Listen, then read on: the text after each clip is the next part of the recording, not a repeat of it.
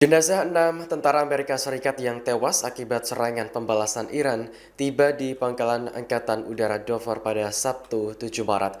Upacara pemindahan jenazah dihadiri oleh sejumlah pejabat termasuk Presiden Donald Trump. Dikutip dari The Guardian, ke-6 tentara tersebut tewas dalam serangan drone di Pangkalan Kuwait. Mereka semuanya berasal dari Komando Dukungan Logistik ke-103 yang berbasis di Des Moines, Iowa. Keenamnya tewas hanya satu hari setelah Amerika Serikat dan Israel melancarkan serangan militer terhadap Iran. Rekaman video yang dirilis Fiori menampilkan peti jenazah diselimuti bendera nasional Amerika Serikat. Peti tersebut dipindahkan dari pesawat militer ke kendaraan untuk selanjutnya dibawa ke kamar mayat di Pangkalan. Proses pemindahan jenazah dianggap sebagai salah satu tugas paling hikmat bagi setiap panglima tertinggi. Upacara tersebut dihadiri oleh keluarga korban serta sejumlah anggota kabinet, di antaranya Wakil Presiden Amerika Serikat J.D. Vance dan Menteri Pertahanan Pete Hegseth. Mereka tampak memberikan hormat saat peti jenazah dipindahkan satu persatu. Trump sebelumnya mengatakan bahwa ke-6 tentara yang tewas adalah pahlawan. Ia mengaku sedih kehilangan pasukan dan berjanji akan meminimalisir kematian tentaranya. It's a very sad day, and glad we paid our respects. It's a tough situation. Great people, great parents, wives, family, and a beautiful ceremony. I guess you got to see that, at least partially. Any questions? President Trump, did what you just witnessed make you think differently about going ahead with this war or even putting troops on the ground in the Middle East? We're winning the war by a lot. We've decimated their whole evil empire. It'll continue, I'm sure, for a little while. But very proud of the people, the parents. The parents were so proud of their boy, as they call him, my boy. In case the young lady. The parents are so proud. Many of them are military parents, as you know. So but it's always a very sad thing. The war itself is going unbelievably. It's as good as it can be. We have Pete here, and you have Steve Witkoff here. We have some additional questions. You're one weekend. Kepala Dewan Keamanan Nasional Iran, Ali Larijani, mengklaim bahwa negaranya telah menangkap sejumlah tentara Amerika Serikat sejak Perang Pecah pekan lalu. Klaim tersebut disampaikan Larijani dalam unggahan di platform X pada Sabtu 7 Maret. Larijani menyebut Amerika Serikat menyembunyikan penangkapan itu dengan mengatakan bahwa tentaranya tewas dalam pertempuran. Menurutnya, upaya tersebut akan sia-sia karena kebohongan perlahan akan terungkap. Larijani sebelumnya mengklaim hampir 500 tentara Amerika Serikat tewas selama serangan pembalasan Iran. Ia mengancam akan mengambil tindakan lebih lanjut terhadap negara-negara Teluk yang menampung pangkalan Amerika Serikat yang digunakan untuk meluncurkan serangan. Namun, militer Amerika Serikat dengan cepat membantah klaim Larijani. Kapten Angkatan Laut Amerika Serikat Tim Hawkins menuduh Iran hanya bisa menyebarkan kebohongan. Bantahan serupa juga disampaikan seorang juru bicara dari Komando Pusat Amerika Serikat CENTCOM. Terbaru, Amerika Serikat telah menerima 6 jenazah tentaranya yang tewas akibat serangan balasan Iran. Mereka sebelumnya bertugas di Komando Dukungan Logistik ke-103 yang berbasis di Iowa. Namun, ke-6-nya tewas di Pangkalan Kuwait hanya sehari setelah Amerika Serikat menyerang Iran. Israel tak hanya mendapat pembalasan dari Iran atas aksi militernya yang dilakukan bersama Amerika Serikat. Kelompok Hizbullah yang berbasis di Lebanon juga turut meluncurkan rudal ke Tel Aviv. Rekaman yang dirilis Fiori pada Minggu 8 Maret menampilkan sistem pertahanan Israel sedang mencegat rudal Hizbullah. Rudal-rudal tersebut memecah keheningan malam di atas langit Nahariya, Israel Utara. Laporan dari media lokal menyebutkan bahwa rudal Hizbullah berhasil ditembak jatuh. Sementara itu, Israel Tengah juga menghadapi ancaman rudal dari Iran, terutama di Tel Aviv. Pada Sabtu 7 Maret malam waktu setempat, rentetan rudal menghiasi langit ibu kota.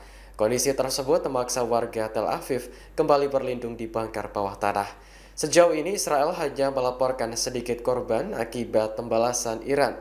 9 orang tewas akibat hantaman rudal di kawasan Beach West. Sementara Iran mengungkap jumlah korban sipil mencapai 1.332 orang tewas sejak perang dimulai akhir Februari lalu.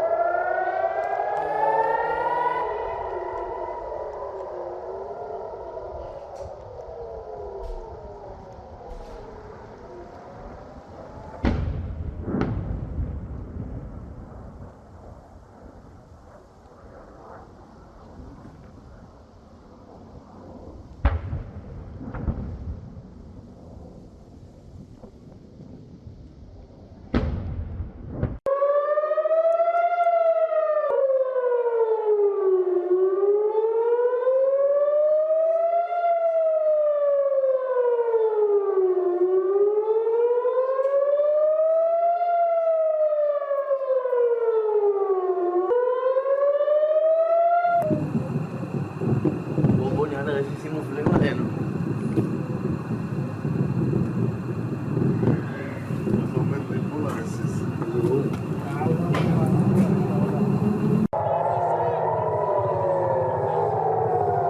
Opa.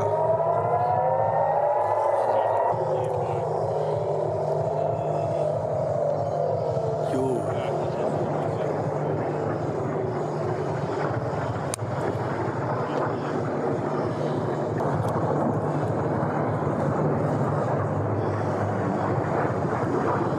Como rigoroso.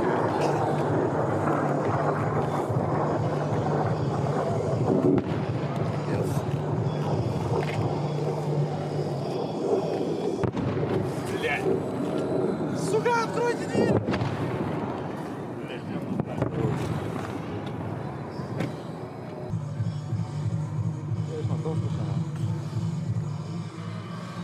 Ledakan keras mengguncang Kedutaan Besar Amerika Serikat di Oslo, Norwegia pada Minggu dini hari waktu setempat. Polisi setempat memastikan tidak ada korban dalam ledakan tersebut. Dikutip dari Reuters, ledakan terjadi pada pukul 1 waktu setempat dan mengenai pintu masuk bagian konsuler kedutaan. Pihak berwenang setempat mengatakan bahwa ledakan tersebut hanya menyebabkan kerusakan ringan. Hingga saat ini polisi Norwegia masih menyelidiki penyebab ledakan dengan mengerahkan anjing pelacak, drone hingga helikopter. Namun, Komandan Insiden Michael Delamere menduga ledakan itu merupakan aksi yang disengaja. Insiden ini terjadi saat dunia ramai-ramai mengecam serangan militer yang dilakukan Amerika Serikat dan Israel terhadap Iran. Gelombang protes telah meningkat di berbagai negara, khususnya Eropa. Mereka mendesak Presiden Donald Trump untuk segera menghentikan perang. Sejak dimulai pada akhir Februari lalu, serangan Amerika dan Israel telah menewaskan lebih dari 1.300 orang di Iran. Perang yang berlangsung antara Iran, Amerika Serikat, dan Israel memicu kenaikan harga bahan bakar minyak atau BBM di Eropa. Warga pun menyalahkan Presiden Amerika Serikat Donald Trump karena dinilai telah mengobarkan api peperangan. Kenaikan harga BBM terpantau di seluruh stasiun pengisian bahan bakar di Palermo, Italia pada Sabtu 7 Maret. Antrean kendaraan mengular karena warga khawatir krisis energi semakin meluas. Seorang pengemudi menuduh penjual BBM memanfaatkan perang Iran sebagai kedok untuk menaikkan harga. Mereka pun tidak punya pilihan selain membayar dengan harga tinggi. Untuk 1 liternya berbeda setiap SPBU, tertinggi mencapai 2,30 euro atau sekitar Rp45.000. Sementara warga lainnya dengan lantang menyalahkan Presiden Donald Trump karena dianggap sebagai pemicu perang. Sebagai informasi, harga minyak global telah melonjak sejak Amerika dan Israel menyerang Iran pada akhir Februari lalu. Harga naik dari sekitar $70 menjadi lebih dari $100 per barel. Hal ini buntut penutupan Selat Hormuz yang menjadi jalur penting minyak dunia. Presiden Amerika Serikat Donald Trump membantah bahwa pihaknya menyerang sekolah di Iran hingga menewaskan ratusan siswi. Ia justru menyalahkan Iran atas insiden tersebut dengan mengatakan bahwa serangan Teheran tidak akurat. Trump yakin bahwa senjata yang menghantam gedung sekolah berasal dari Iran sendiri, bukan Amerika Serikat maupun Israel. Hal senada juga disampaikan Menteri Pertahanan Amerika Serikat Pete Hegseth. Ia menyebut investigasi soal tewasnya ratusan siswi di Iran sedang berlangsung. Namun ia sangat yakin bahwa serangan itu dilakukan oleh Iran sendiri dengan dalih hanya Iran yang menargetkan sasaran sipil. Adapun serangan terhadap SD Putri di Iran terjadi pada Sabtu 28 Februari lalu. Video yang dirilis Fiori menampilkan gedung sekolah hancur menyisakan puing-puing. Lebih dari 165 orang tewas termasuk siswi dan staf sekolah. Upacara pemakaman digelar secara massal di kota Minab, Iran pada Selasa kemarin. Mr. President, did the United States bomb a girls' elementary school in southern Iran on the first day of the war and kill 175 people? In my opinion, based on what I've seen, that was done by Iran. Is that true, Mr. Hegseth? It was Iran who did that? We're certainly investigating. Still But investigating. the only side that targets civilians is Iran. We think it was done. We think it was done by Iran Can you give us an because idea they're of, very inaccurate, as you know, with their munitions. They have no accuracy whatsoever. It was done by Iran. can you give us an idea of what unconditional surrender looks like to you? I mean, what do you want from Iran? I said unconditional, not conditional. I said unconditional. It's where they cry uncle, or when they can't fight any longer, there's nobody around to cry uncle. That could